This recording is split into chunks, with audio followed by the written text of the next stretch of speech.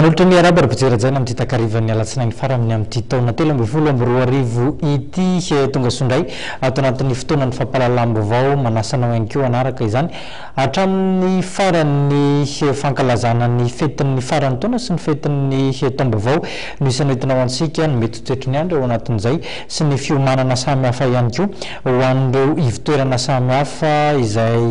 mandray lanonana amin'ny androny farany taona io amin'ny tontolo politika kosa indray dia ny fanokevitra ireo mpanelanelana iraisam-pirenena mahakasika ny fifidianana izay nitanterahana farany teo irotsaka hatramin'ny orana mandritra ny fetin'ny farany taona sy ny taom-baovao ary saika ny tapakandro ariva no ahitana ny zandrotsakorana izany raha ny fanazavana azy vao nivony sampandraharapa mantatra ny toetrandro saika manerana ny nosy ihany koa no ahitana izay rotsakorana izay araka izao fanazavana nangonony ravaka randriamanala samby raha Samuel izao. Isy hatrany ny rotsakorana eto Antananarivo manomboka androany ka hatramin'ny alarobia voalohany volana janoary 14 sy 20 izao raha ny vinavina ny teknisiany ao anivony sambana mpamantatra ny toetrandro eto Ampiasapito ora-pahavaratra io raha ny fanazavana. Ny eto Antananarivo zany ho avy io fa ny orana ivatakeko tsy hoe orana vatravatra be na maro be fa hitsitapitapy zany ny rotsakorana latsaka eto Antananarivo na ndirerena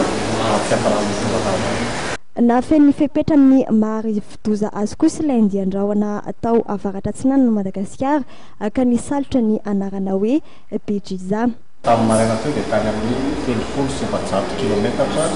avaratra atsinana Madagasikara misy bibeny ary misotro amin'ny andana mandositra amin'ny andana ny motsiraka avaratra atsinana na zany aza anomboka azo hery satria any an-dranomasina tanteraka no misy azy zay mahatonga an'ilay filazana faniana manana faritra ireny amin'ny faritra avaratra Madagasikara. Ny toetrany azontsika zany ny ankapobeny dia tapany avaratra dia ao anatin'ny rivotra tanteraka ty misy amin'ilay rivo-doza ny faritra sisa dia manjaka kosa ny avy amin'ny tsanana dia ho avy zany ny orana amin'izao farafarany taona zao na ny faritra ny afovoantany afa-tsy ny faritra tsy mandefa ny faritra tsy mandefa ny tiany no tsara ny toetrandro anao volana tsy misy fiantraikany amin'ny toetrandro eto andrenivohitra moa ity rivo-doza ity raha nambaran'ny teknisiany ao anivony sambana mpamantatra ny toetrandro.